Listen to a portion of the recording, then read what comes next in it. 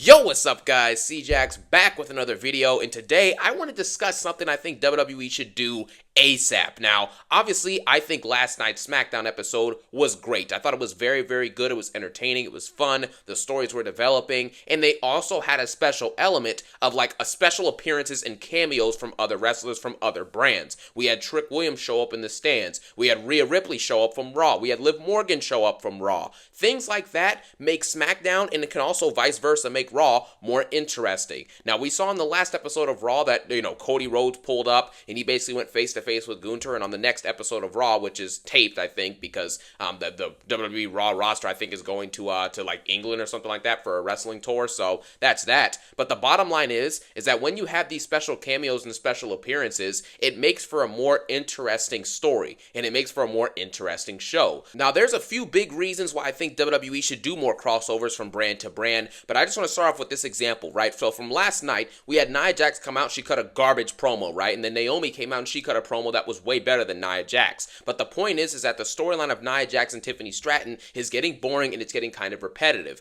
We know Tiffany's kind of buying time till she cashes in on Nia and things of that nature. But when you have Liv Morgan's music hit, I'm not a big Liv Morgan fan, obviously, you know what I'm saying? I think she's a jobber, but at the end of the day, her showing up makes the storyline more interesting, because now it's like, oh, well, who is Tiffany going to cash in on? And also, it's a special appearance by another star wrestler from your other brand. So obviously, that's going to get the crowd more hyped like they were last night, and it's going to get us more interested in the story because you're adding new layers. And then when you have Rhea Ripley show up afterwards and beat up Nia Jax and Liv Morgan, it's like, okay, now you're adding another top star from your brand into the mix. Things like this help make it more interesting. Like also with Gunther on Raw, his world championship reign has been pretty much filler and kind of mid so far. So when you add Cody Rhodes, who, I respect you, I'm not even going to go into that this video, you get what I'm saying? But Cody Rhodes is not really like a massive draw. However, he does provide star power for Raw, because at the end of the day, Raw doesn't really have many stars or any stars whatsoever. So now you actually have a special appearance from a character, and it makes the story more interesting. How will Gunther respond? How will they interact in the ring? Will they fight, like a brawl or something like that on Raw? Or will Gunther come over to SmackDown? Things like this help to make title reigns and storylines more engaging. Just think about the fact, right?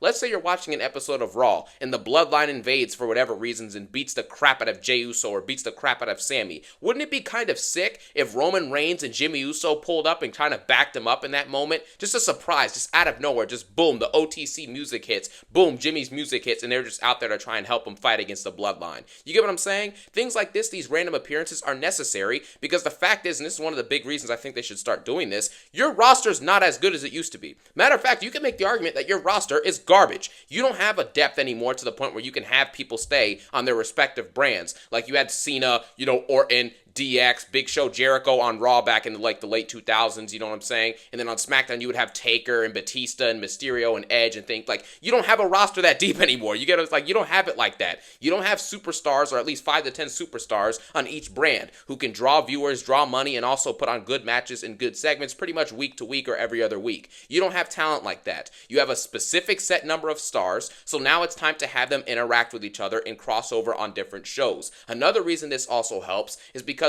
you have a mid-card problem on Raw with the women's division, especially. You have a problem with the women's division there, and you kind of have a problem with the women's division on SmackDown. Now, the women's division on SmackDown is much better than it is on Raw, obviously. However, it can still use a little bit of a bolster here and there. And that's why I think that crossing over is great, because you can have people like Jakara Jackson and Lash Legend coming up from NXT to show up and fight Bianca and Jade. You can also have a situation where you have a Roxanne Perez come up from NXT and cameo on Raw to confront Liv Morgan or something like that, You can also have a situation where Trick Williams just jumps out of the crowd like he was in last night and just goes in and confronts like LA Knight or something, and we get a one-off match with Trick Williams and LA Knight. It's a way to give voice and give an appearance to the younger NXT crop of talent, and you can also even bring in people like Oba Femi, you know what I'm saying? All of these different people would benefit from being on the main show. Give them about 10 to 15 minutes to work a promo or work a match, and you never know what could happen. Like I said in yesterday's review, the worst case scenario, if these NXT talents aren't doing good on like a main roster appearance, you just send them back to NXT and give them another, year or so to develop. It's not that hard, dude. You're giving voices to more talent, and you're also,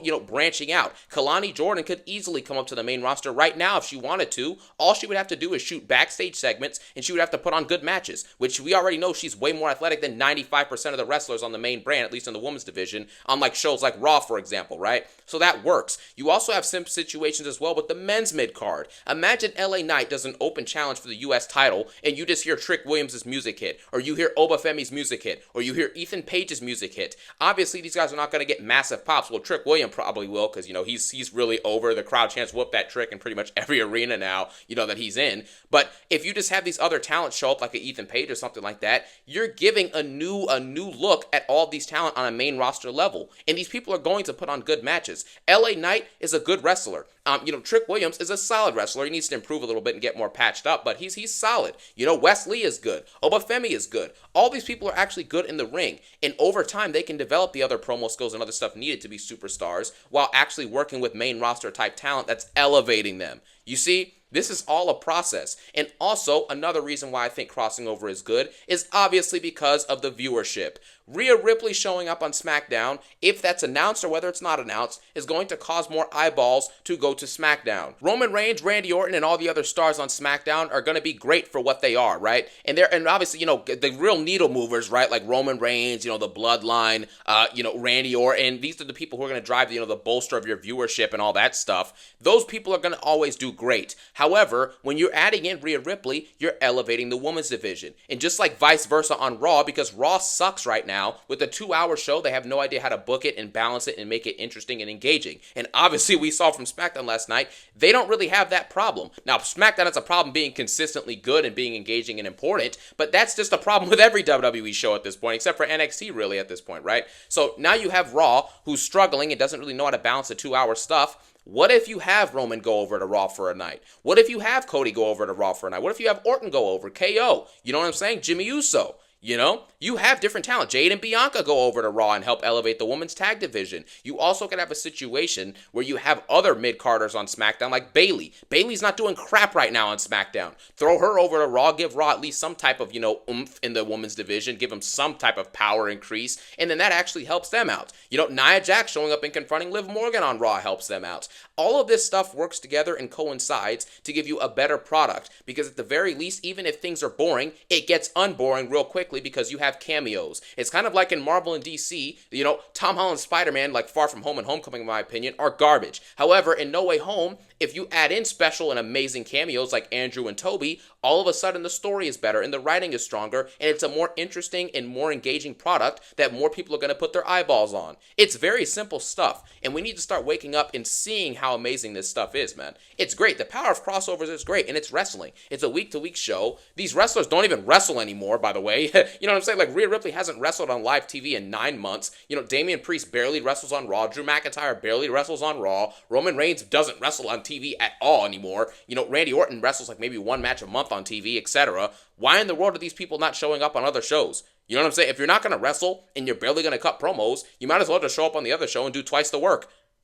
Like, what's 2 times 0? It's still 0. You're not really doing anything. You're not wrestling. All you're doing is going out there and making your face be seen, getting a good pop from the crowd, and making things more interesting, right? And that's what WWE used to do, because even though they had talent to stay on specific brands, you still had brand crossover every now and then, and it made it more interesting. It made it more engaging, and that is the goal of adding crossovers and adding special cameos and appearances from other star wrestlers to different brands at different times. You're elevating your younger crop of talent in NXT, you're elevating the mid-card and undercard divisions of these shows, and you're making things more interesting and engaging, and potentially adding more eyeballs, which means more money to your product. Now, with that being said, let me know what you think about adding cameos and more crossovers to Raw and SmackDown. And as always, I hope everyone has a phenomenal day.